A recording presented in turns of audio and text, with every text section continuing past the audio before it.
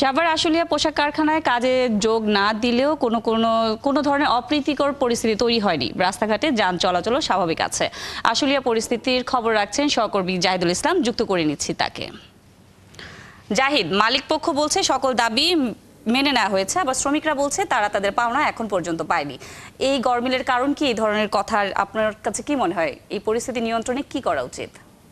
সাদি, আপনি যেমনটি বলেছেন ঠিকই বলেছেন, তবে এখানে একটি তথ্যের ফাঁক আছে। ফাঁকটি হচ্ছে আমার যে শ্রমিকরা 18 দফা দাবি দিয়েছিল তাদের মজুরি বৃদ্ধি এবং তাদের যে বাৎসরিক যে বোনাস সেটি বৃদ্ধি সহ 18টি দাবি দেওয়া ছিল। সে 18টি দাবি কিন্তু মালিক পক্ষ মেনেছে, কিন্তু এখানে কথা হচ্ছে যে 13-র 1 ধারা অনুযায়ী বেশ কিছু কারখানা বন্ধ রয়েছে এবং কিছু কিছু শ্রমিককে আবার আন্দোলনের কারণে ছাঁটাই করা হয়েছে।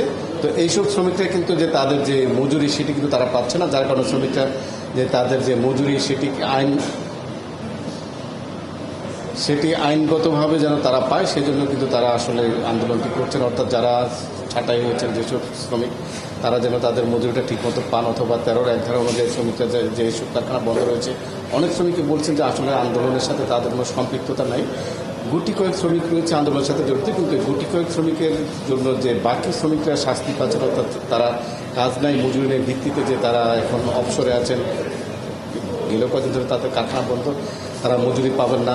যদিও আজকে মাসের 1 তারিখ অক্টোবর মাসে তারা জানেন না যে তাদের ফ্যাক্টরি কখন খোলা হবে, যার কারণে শ্রমিকরা কিছুটা আতঙ্কিত যে তাদের কারখানা খোলা হবে কিনা, তাদের চাকরি থাকবে কিনা, বা তারা গেল মাসে মজুরি পাবেন কিনা, সেসব বিষয়ে আসলে শ্রমিকদের ভিতরে একটি কিন্তু মতভেদ অথবা একটি বিভ্রান্ত শুরু হয়েছে। যার কারণে শ্রমিকরা যদিও আন্দোলনে নেই, তো তারপরে তারা কিন্তু কারখানা বন্ধ, তারপরে তারা কিন্তু রাস্তায় জড়ো হচ্ছেন। তারা জানতে চাচ্ছেন যে আসলে তাদের পরিণতি কী হতে যাচ্ছে। আর আপনি যেমনটি বলেছেন যে আইনশৃঙ্খলা রক্ষাকারী বাহিনীগুলোর বর্তমান তারা কী করছেন, আসলে আমরা যেমনটি দেখেছি যে আসলে পুলিশ, তারপর র্যাব, বিজিবি এবং সেনাবাহিনীর টহল কিন্তু নিয়মিত আছে। তারা কিন্তু অপ্রীতিকর ঘটনা বা শ্রমিক আন্দোলন যেন না হয় সেজন্য তারা কিন্তু তৎপর এবং তাদের কিন্তু টহলও জোরদার করা হয়েছে। আমরা যেমনটি দেখেছি আজকে আসলে শ্রমিক টহল জোরদার করা হয়েছে এবং শ্রমিকরা কিন্তু আন্দোলন করতে পারেনি, যদিও তারা রাস্তায় জড়ো হয়েছিলেন এবং শ্রমিকের সাথে কথা বলছি, তারাও বলছেন যে তারা জাহিদ, আপনি খবর রাখতে থাকেন, আমাদেরকে পরবর্তীতে অবশ্যই এই বিষয়ে বিস্তারিত জানাবেন। ধন্যবাদ আপনাকে।